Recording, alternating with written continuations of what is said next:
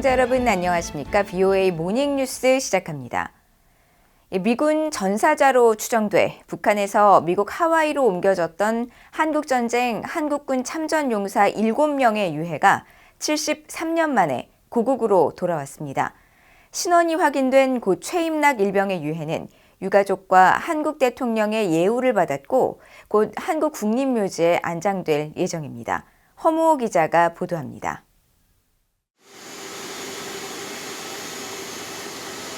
한국전쟁 당시 전사한 한국군 유해 7구를 모신 한국 공군 수송기 시그너스가 26일 서울공항에 도착했습니다. 미국 하와이 히캄 공군 기지를 출발한 수송기는 카디즈, 즉 한국 방공식별구역 진입부터 공항 도착까지 한국 공군 F-35A 전투기 편대의 호위를 받았습니다. 한국전쟁 참전용사들의 유해가 고국 땅에 도착한 직후 공항에서는 봉환식이 거행됐습니다.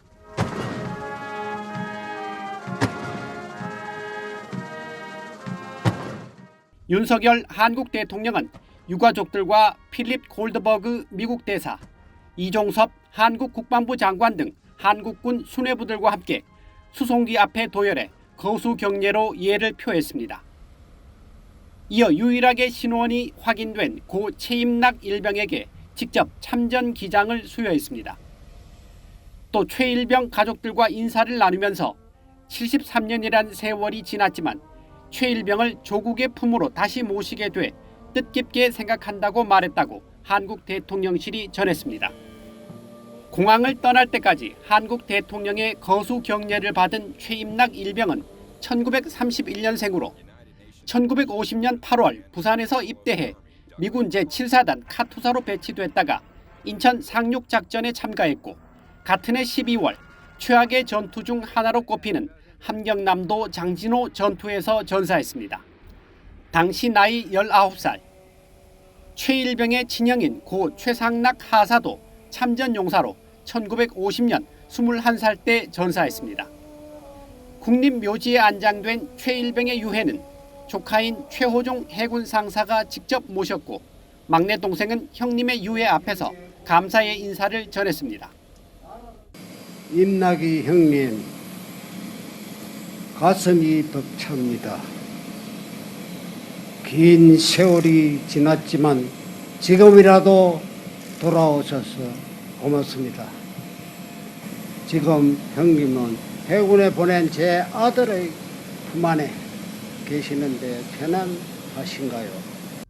이날 봉환된 유해는 모두 미군 전사자로 추정돼 하와이에 임시 안치됐다가 미국과 한국의 공동 감시 끝에 한국군으로 판명나 귀국길에 올랐습니다. 앞서 하와이에서 열린 인수식에서 존 아퀼리노 인도 태평양 사령관은 최호종 상사에게 평생 큰아버지를 자랑스러워하라고 당부하고 피로 맺은 강력한 미한 동맹을 다시 강조했습니다. Written on the wall of the Korean War Veterans Memorial in Washington, D.C. is the phrase, "Freedom is not free." And the 7 ROK soldiers we repatriate today paid for it with their blood. Through your service and dedication, you keep our alliance strong. Our ROK and U.S. service members' conviction to give the ultimate sacrifice symbolizes our ironclad ROK-U.S. alliance. 이날 봉환된 한국군 유해 가운데 최임락 일병을 제외한 6군은 정확한 신원 파악을 위해 유전자 검사를 앞두고 있습니다. 한국 국방부는 2012년 이후 미국에서 국내로 봉환된 국군 전사자 유해는 이번을 포함해 총 313구이며 이 중 19구의 신원이 최종 확인됐다고 밝혔습니다. VOA 뉴스 허무호입니다. 정전협정 70주년을 하루 앞둔 26일 한국전쟁에 참가한 유엔 참전국 정부 대표단과 참전용사, 가족들에게 감사의 마음을 전하기 위한 감사 만찬이 부산에서 열렸습니다.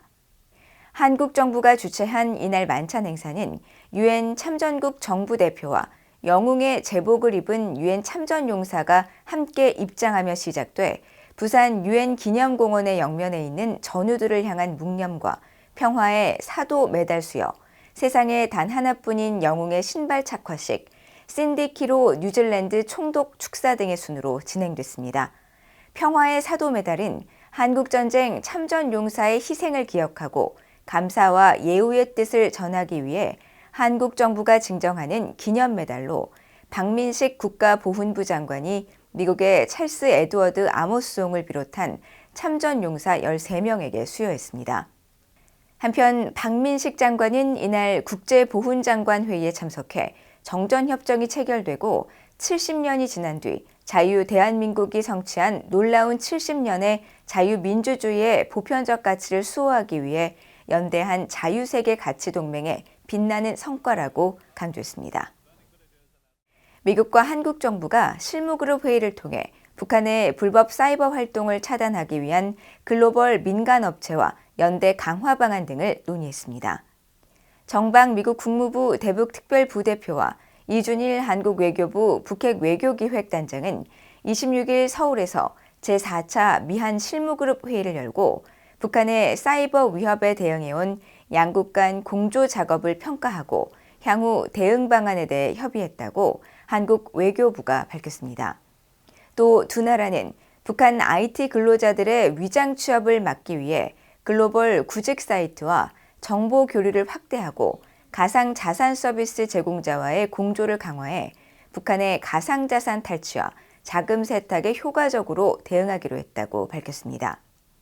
이어 방산 분야 정보 탈취 등 북한의 악성 사이버 활동에 대한 정보를 공유하고 북한 IT 인력이 활동 중인 국가를 포함해 각국 정부와 국제기구를 대상으로 외교적 노력을 강화하고 개발도상국의 사이버 안보 역량 강화에 힘을 합치기로 했다고 한국 외교부는 밝혔습니다. 유엔이 한국전쟁 정전협정을 유지하기 위해 한국에 설치한 유엔군 사령부에 일본이 참가하면 북한 억제 차원에서 도움이 될 것이라고 앤드류 해리슨 유엔 사령부 부사령관이 밝혔습니다. 영국 육군 중장인 해리슨 유엔사 부사령관은 25일 주한 미군 전후회가 워싱턴 DC에서 개최한 세미나에 화상으로 참석해 유엔사의 억제력과 역량 강화를 위해 가장 중요한 다음 단계와 일본의 역할에 대한 월터 샤프 전 주한 미군 사령관의 질문에 이같이 답했습니다. 이어 일본의 유엔사 참여에 대해서는 정말 복잡하고 소관을 벗어나는 것 같다면서도 일본과 미한일 3자 관계를 둘러싼 전략 지정학적 변화를 고려하면 그것은 기회라고 생각한다고 밝혔습니다.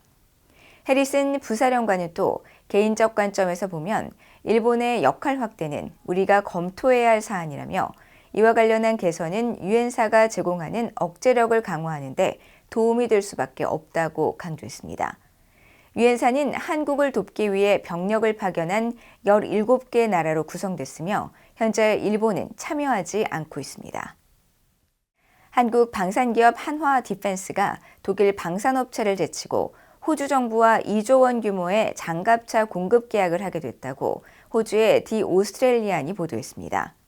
보도에 따르면 패트릭 콘로이 호주 군수산업부 장관은 26일 한화디펜스 측에 전화를 걸어 보병 전투장갑차 레드백 129대를 제작하는 계약을 체결하겠다는 뜻을 전달했습니다.